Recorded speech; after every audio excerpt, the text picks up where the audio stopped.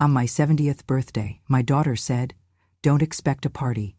So I smiled, blew out an invisible candle, and quietly canceled the $7.50 inheritance she was counting on.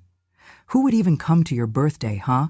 You think you're famous or something?" she scoffed, loud enough for the whole kitchen to hear.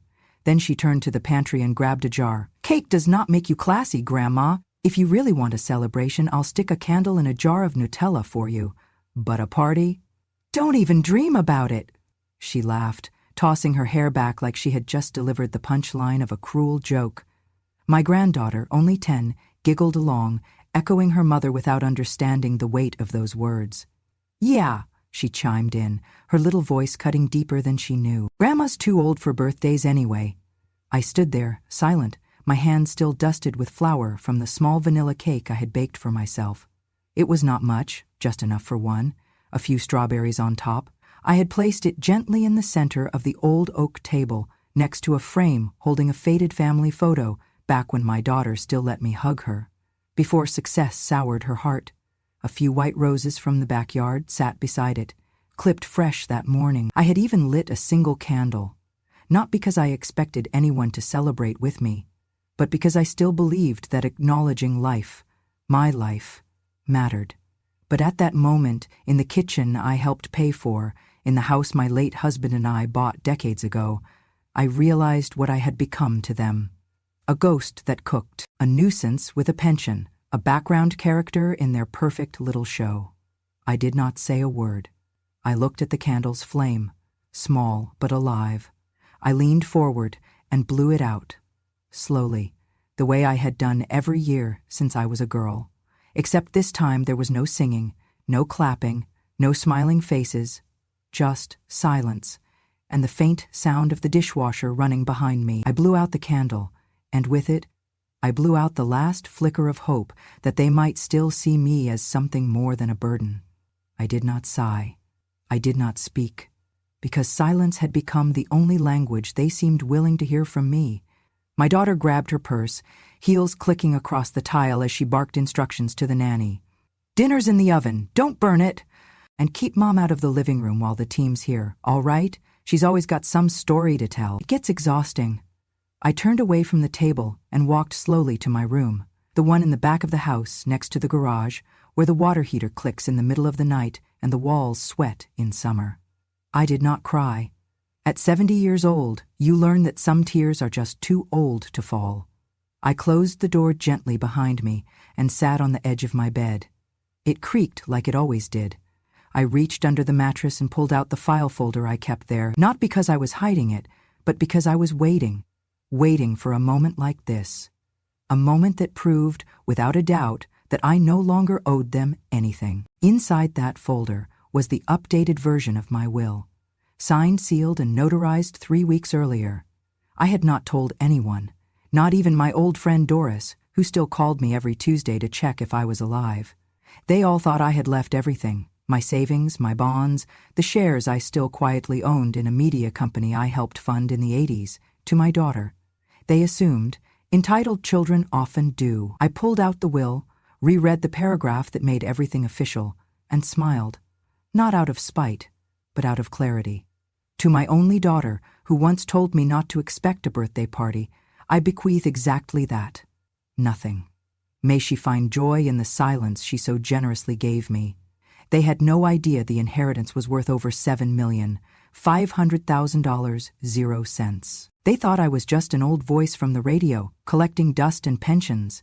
They forgot that voices leave echoes, and mine was about to become louder than ever. They thought today was just another day, that I would fold quietly, as I always had. But what they did not know, what she did not know, is that today, on my 70th birthday, I did not just blow out a candle. I also blew away the future she thought was hers, and I did it with the same grace she mistook for weakness. My name used to mean something. Ellen Carter. You could say it in any small town across Texas and people would nod. The voice from Channel 12, they would say. That's her. There was a time when folks turned down their radios and leaned in just to hear me read the weather report. My voice warned them of tornadoes, delivered the names of the fallen in foreign wars, and reminded them every 4th of July why we still mattered as a country. I was not a celebrity, no. I was something firmer. A presence people relied on, a voice that felt like home. For 2 decades, I sat behind a microphone 5 days a week and told the truth with a voice strong enough to calm fear and soft enough to carry sorrow. People wrote in letters just to thank me for sounding like home. But fame fades quickly when you leave the room. I walked away from that job the day my husband died. He collapsed on a Thursday afternoon in the kitchen while making tuna salad. By Monday, the funeral had passed, and I was holding my 12-year-old daughter in one arm while packing away my radio station pass with the other. They offered to keep me on part-time, but I said no. My daughter needed a mother, not a headline. I do not regret that decision, not for a second. I just never expected to be resented for it. From the moment puberty touched her voice, my daughter resented my past. It did not help that teachers always smiled wider at parent-teacher conferences. "You're Ellen Carter's daughter?" They would beam, completely ignoring her name. "You're lucky. Your mom's a legend." But legends are heavy, and I, without meaning to, became her weight. She started rolling her eyes anytime someone brought up the station. By high school, she refused to let me attend her theater performances. "You'll take the spotlight," she snapped one night. "You always do, even when you're not trying." I tried to shrink myself. I stopped correcting people when they recognized me at the grocery store. I stopped sharing stories from my old job at the dinner table. I even took down the framed newspaper article from the hallway, the one where they called me the calm before the storm. She called it embarrassing. The older she got, the louder her bitterness grew. "Mom," she once said during a particularly cruel moment at Thanksgiving, "you're not anyone special anymore. You were just a woman with a mic, reading things someone else wrote. And now, you're just someone who won't shut up about it." I wish I could say that hurt more than it did, but it did not surprise me. The truth is, my daughter never forgave me for being someone before I was her mother. To her, my past was not a point of pride. It was a constant, invisible enemy. Something to compete with. Something to resent. She began rewriting our history, piece by piece. In her version, I was never on air. I was just gone a lot. In her version, I did not give up everything to raise her. I just settled. She started telling people she was self-made, as if the life I had bled for was some hand-me-down she never wanted. I watched her build a business, a brand, and eventually a persona that depended on pretending I had never mattered. And for years, I let her. I told myself it was her way of growing up, that she would come back around, that all children rebel, some just sharper than others. But then came the day she said it out loud, in front of her own daughter, with a laugh in her throat and contempt in her eyes. "Mom, nobody cares about your old stories. The world's moved on. Maybe you should too." That was when I knew. It was not just forgetfulness. It was erasure. Deliberate, convenient, cold. My voice, once trusted to carry truth to an entire state, had become, to her, just static. And yet, I never stopped using it. Not really. I still read aloud to myself every night. I still narrated recipes in my head when I cooked. I still whispered news headlines under my breath when the radio came on in the kitchen. You do not just turn off a voice like that. You tuck it away, like an old record no one plays anymore, but that still holds every note of who you used to be.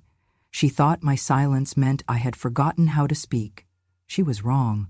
I was just waiting for the right moment to remind her that I still knew how to be heard. When my daughter asked me to move in, she said it like a favor. "Just until I get the business off the ground," she explained. "You'll have your own room, and it'll be good for the kids to have someone around." I had just turned 63. My knees were starting to ache when I climbed stairs, and my pension was modest but enough. I had a small house, a garden I adored, and a few neighbors who still called me Miss Ellen like I was the evening news again. But I said yes. Not because I needed to, because I thought I was needed.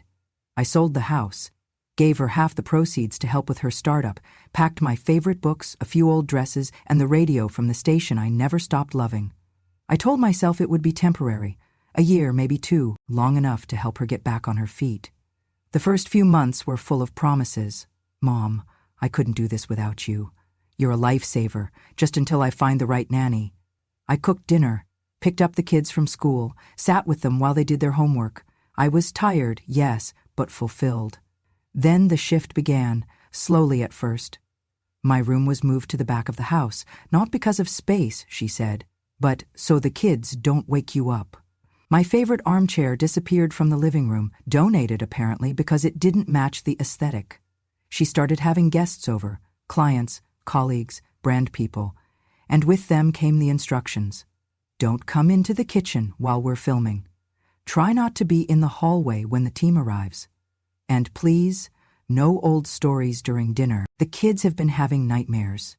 Nightmares from what? The time I told them about covering a hurricane? The story about my first apartment with their grandfather, where the walls were thin but we were happy? I was becoming invisible. Worse than invisible, I was inconvenient. It reached the point where I was no longer included at the table. When there were family dinners, I was asked to eat early or wait until after.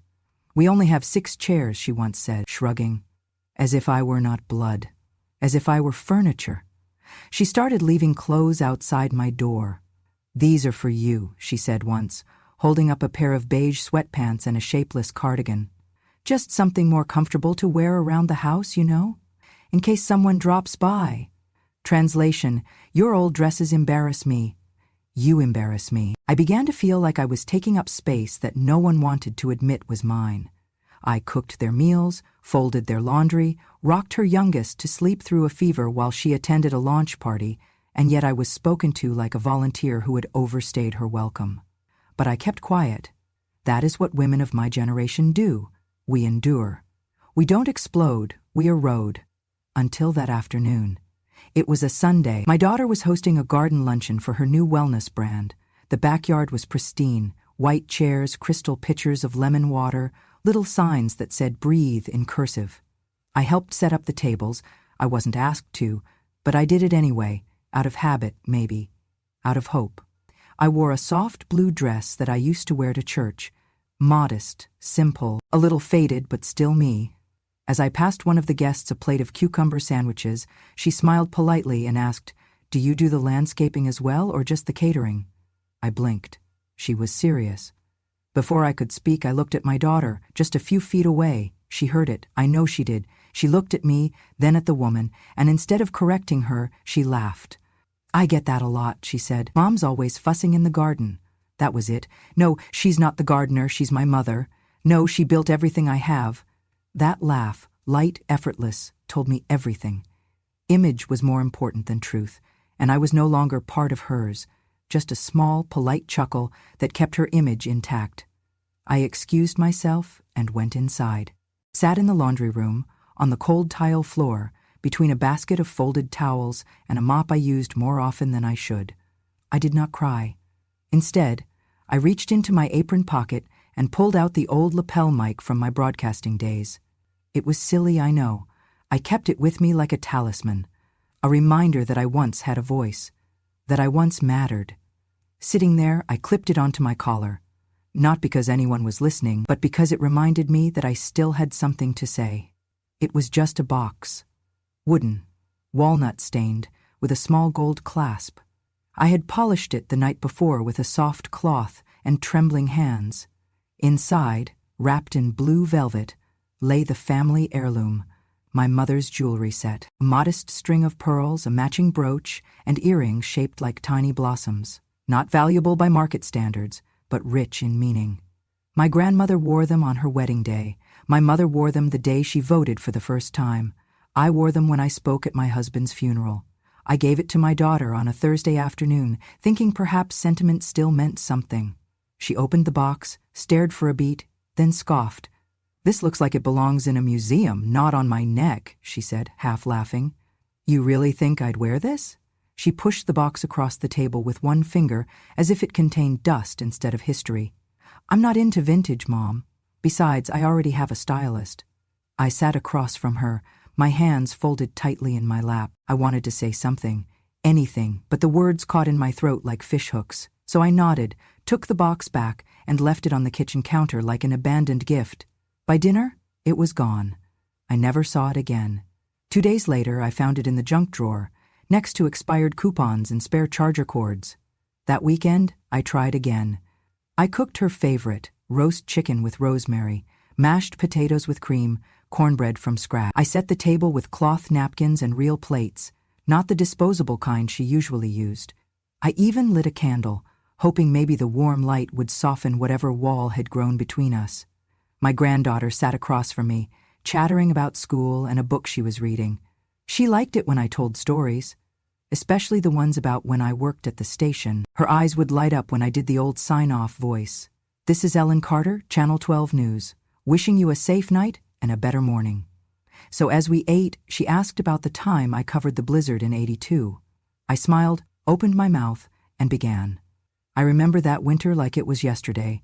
The roads were shut down for 3 days, and we had to broadcast from the basement with a backup generator. I had to... "Enough, Mom." My daughter's voice cut across the table like a knife.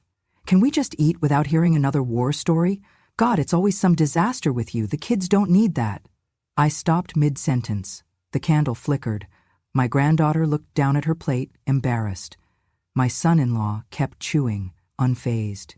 I folded my napkin slowly and placed it beside my plate. "I wasn't telling a war story," I said, softly. "I was telling a memory." "Same difference," she muttered, already reaching for her phone.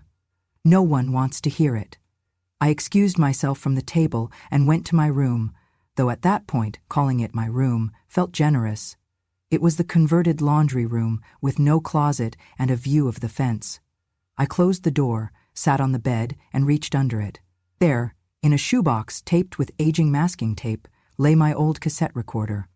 The kind I used in the early days of radio, before digital wiped the world clean. I pulled it out, popped in a cassette labeled Voice Test EC, and hit play. The tape crackled. Then came the sound I hadn't heard in years. My voice, young and clear. "This is Ellen Carter, coming to you live with the morning update." I paused the tape and let the silence settle. I had spent decades making people feel seen, informed, comforted. Now, I was told my memories were burdens, my stories embarrassments, my voice obsolete. But as I sat there, cradling that recorder like an old friend, something shifted. No one wanted to hear me at the dinner table? Fine, I would find a different table. No one wanted my stories? I would tell them to strangers. People once listened to me. They trusted me. They leaned in when I spoke. And if my own daughter had decided I no longer mattered, then maybe it was time to remind the world that I did. I turned the recorder back on and whispered into it, softly but with purpose. "I was once heard, and I will be again. Just not here. Not in this house. Not by her." The candle from dinner still burned in my mind. Not a symbol of warmth anymore, but of fire waiting to spread. The first time I uploaded a video, my hands were shaking. I had created the account under a different name, Someone's Mother, it said. No photo, no biography, no hashtags that would lead them to me, just a blank profile and a story to tell. I set up my old phone against a salt shaker on the kitchen counter. I turned off the lights and left only the small lamp over the sink glowing. In the frame, I placed the little vanilla cake I had baked for myself weeks earlier. The one no one had touched, the one I never got to slice. Beside it, a single candle, unlit. The video started with silence. Then my voice, soft, deliberate, cut through. "My name is not important, but today, I turned 70. Alone." I paused. "They live in the same house, you see. My daughter, her husband, my grandchildren. But I was told not to expect a party, not even a card. And so I made my own cake, sat at my own table, sang to myself, and when the flame flickered, I made a wish not for more time, but for one more moment of dignity. That was all. 42 seconds. No face, no drama, just a voice that had once told the truth for a living and now was whispering it for survival. If my truth could not survive in this house, then perhaps it would breathe elsewhere, among strangers with ears, not expectations. I posted the video and closed the app. I did not expect what happened next. By morning, there were hundreds of comments. People, strangers from all over, saying they heard me, that they had grandmothers like me, that they were the forgotten too. Someone reposted the video on Reddit with the caption, "This broke me, she deserves more." Then it hit Facebook, Twitter, Instagram. People made duets with it, lighting their own candles in solidarity. Within a week, the account had 400,000 followers. My inbox was full of messages. Tell us more. Please don't stop. Your voice feels like home. I hadn't felt needed in years. Now, I was needed by thousands, so I kept going. The next video was called Things I Was Never Allowed to Say Out Loud. I talked about invisible labor, about cooking meals that no one thanked me for, about folding towels in silence while listening to people talk over me, about erasing myself to fit in. Still no face, just a view of my hands. Steady, aged, strong, folding napkins, stirring soup, lighting candles that never got blown out. People listened. One comment said, "You could read a grocery list and I'd still cry." Another said, "My mom died before I could say thank you. Thank you for sounding like her." I cried for the first time in months, but not from pain, from being heard. Still, I knew this could only go so far. Eventually, someone would ask who I really was, and when they did, it would all come crashing down, or it would rise to something greater. I needed help. So I called an old friend from the station, Nancy. We had not spoken in over a decade, but when she answered and heard my voice, she gasped. "Ellen, my God, where have you been?" We talked for hours. I told her everything, well, almost everything. She asked if I wanted to come back on air, even for a guest segment. I hesitated. "Not yet," I said. "It's not the right time. I'm building something, quietly." But she offered to help. She connected me to an independent producer who specialized in anonymous interviews. Together, we crafted a special feature, The Forgotten Women. I agreed to appear, but only in shadow, only as a silhouette, no name, just the voice. And the condition? "I want them to know who I am," I told the producer, "but not until the exact moment they're meant to remember. I want it to hit like thunder after a long silence." He nodded. He understood. The day the segment aired, I sat in my room, still the converted laundry space, still forgotten by those just down the hall, and listened to myself tell my story on national television. My voice, wrapped in anonymity, carried through households across the country. "They told me to stay quiet," I said on the recording, "to shrink, to be grateful for crumbs, but I used to speak for a living, and now I speak for the women who no longer can." The clip went viral again, this time even faster. People started digging, trying to guess who I was. Celebrities shared it. Talk shows asked, "Have you seen the shadow grandma?" And just down the hall, my daughter scrawled through her phone, watching the story unfold, completely unaware that the woman being celebrated was the one she asked to stop telling stories at dinner. I watched her through the crack in the door.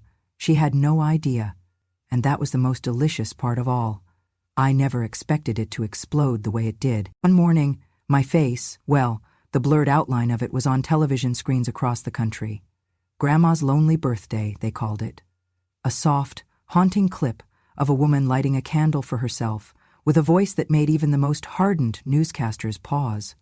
The segment aired during the 10 p.m. national news.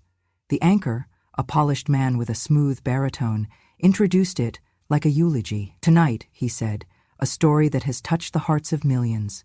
A voice from the shadows, a grandmother, forgotten in her own home, finding a way to speak louder than ever, without raising her voice at all." Then they played it, my story, in my words, layered with gentle piano music and black and white clips of aging hands lighting a candle, folding napkins, stirring soup. The world listened. I read the comments with trembling fingers. This broke me. I sent this to my mom and cried. This woman is my grandmother, my neighbor, my heart. Flowers started arriving at P.O. boxes I never gave out. People donated to charities in my honor. Artists painted stills of my hand holding the candle. One woman even tattooed the words, "Still Heard," on her wrist. And with every post, every comment, every hashtag, the mystery deepened. Who was Grandma's lonely voice? People tried to analyze my background sounds, my dialect, even the silverware glimpsed in the video. They tried to match the cadence of my speech with old TV anchors. Reddit threads popped up, connecting dots that had no business being connected. TikTok sleuths compiled conspiracy theories like modern Sherlocks. Meanwhile, just one hallway away from me, my daughter scrolled. She had been irritable for days. Her followers were asking if she had seen the viral grandma. Her inbox flooded with articles titled, "The Forgotten Generation Speaks," and "Who Hurt Her?" Friends tagged her in posts. Clients sent her DMs. Some joked, some not so jokingly. "Hey, this sounds like your mom, haha." I could see it in her eyes. The math was clicking. She would tilt her head when I walked by, watch me longer than usual, squint like she was trying to hear the viral voice inside the woman who folded her towels and stirred her tea. But she was not sure. Not yet. She never really listened to me before, and so now, even as the world was listening, she still doubted what her own ears might tell her. Until the station called. Nancy, my old friend, left me a voicemail. Breathless, excited, and a little nervous. "Ellen, CBS wants to do a follow-up. They want you to come in, live, no shadows this time." I sat on the edge of my narrow bed for a long time before calling her back. "I can't," I said softly. "Why not? You'd be embraced like royalty." "That's not the moment I'm waiting for." She paused. "But they're asking. They're begging. You're the voice of the forgotten. They want the world to know your face." I was quiet. Then I said, "They'll know. But not yet. Not until it matters most. Not until I've taken back more than just attention. I don't want applause. I want clarity. I want a mirror held up to the people who silenced me, and I want them to see it themselves, in real time." So I wrote a letter. It aired that Sunday, read aloud by the same anchor who had introduced my story just days earlier. His voice trembled slightly as he unfolded the cream-colored paper. It read, "To those who asked me to come forward, thank you. Your kindness has meant more to me than I can say. But I will not reveal myself yet, because I was not silenced in a single moment. I was erased slowly, by familiarity, by entitlement, by the kind of casual cruelty that hides in plain sight. And I will not give that cruelty the satisfaction of a face just yet. I don't seek fame. I had that once, in a quieter form. I seek justice, not the loud kind, but the kind that sits across from you at dinner and reminds you what you chose to ignore. To my daughter, if you recognize my voice, and I believe part of you does, don't ask me to forgive. Don't expect me to forget. I don't return pain with screaming. I return it with silence. And in that silence, I hope you hear everything you chose to miss." The response was overwhelming. The internet turned into an army. "Who is Ellen?" started trending within the hour, even though I had never signed my full name. People dug through old radio recordings, matched cadence and tone. They pulled out photos from station archives. An old clip from 1989, me in a red blazer, announcing school closings during a snowstorm, circulated again, side by side with screenshots of the viral hand over the birthday cake. The pieces came together, and so did the speculation. Local news stations started reporting. Could Texas' beloved former anchor be the shadow grandma? Commentators debated it on morning shows. One young influencer posted, "If her daughter's not crying and shaking right now, she has no soul." And then the real flood began. Every woman over 50 with a daughter in PR, marketing, or social media was suddenly under suspicion. Comment sections turned into battlegrounds. People demanded names, apologies, consequences. And slowly, the microscope zoomed in on a certain house in Texas. A certain influencer mom who had recently scrubbed her posts of any mention of her mother, whose kitchen backsplash looked suspiciously like the one in the background of the viral videos, whose tone when she spoke on her live streams had a faint whiff of defensiveness. It was not long before someone found her old blog post, one where she mentioned her mother used to be a local TV anchor. One fan screenshotted and added the caption, "Girl, you in danger." The backlash was swift. Brands began distancing themselves. Comments flooded in. "Is this you? Did you forget her birthday? You said mom should be celebrated. Was yours?" Her silence only made it worse. She posted a story, just a black screen with the words, "Not everything you read is true." It did not help. The world had heard my voice, and now they had turned it back on her. And me? I stayed in my room, folded laundry, sipped my tea, lit another candle, watched the fire catch. She called it the Bloom Gala, an exclusive evening to celebrate the next phase of her brand. a natural beauty line supposedly inspired by women who nurture, heal, and elevate. There were banners with soft floral tones, long tables draped in cream linen, and crystal glasses arranged like soldiers in formation. It was live-streamed across multiple platforms. Dozens of influencers in pastel dresses took selfies against a backdrop that read, "Honor her light." And at the center of it all, my daughter stood in white silk, holding a microphone and speaking with the confidence of someone who believed her version of the story would never be challenged. I had never been invited, of course not, but I showed up anyway. Nancy was the one who helped me get in. Press credentials, borrowed blouse, one whisper to the production crew. They knew. Everyone in that room would know. My heels clicked against the polished floor as I made my way through the lobby. No one recognized me, not at first.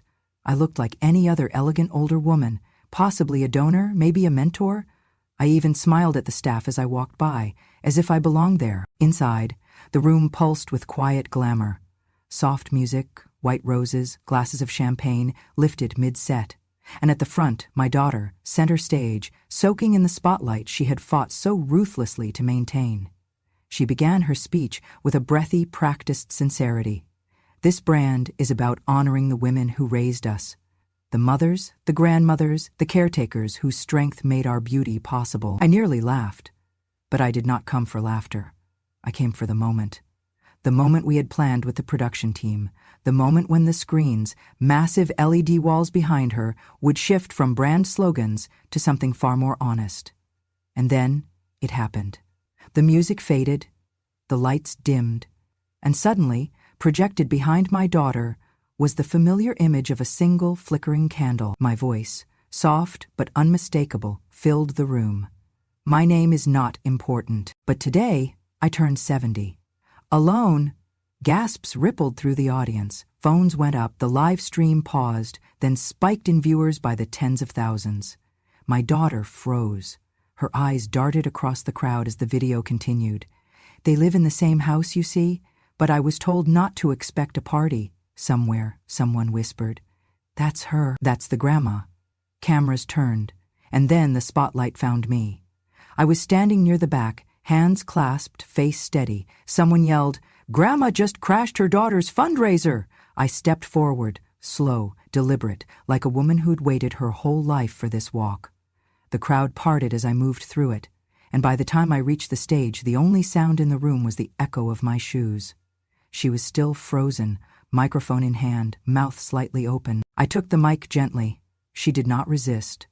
I looked at the crowd, at the cameras, the influencers, the silent, stunned guests, and I said, "Thank you for being here tonight. It means more than you know." Then I reached into my bag and pulled out a single sheet of paper, cream-colored, folded twice.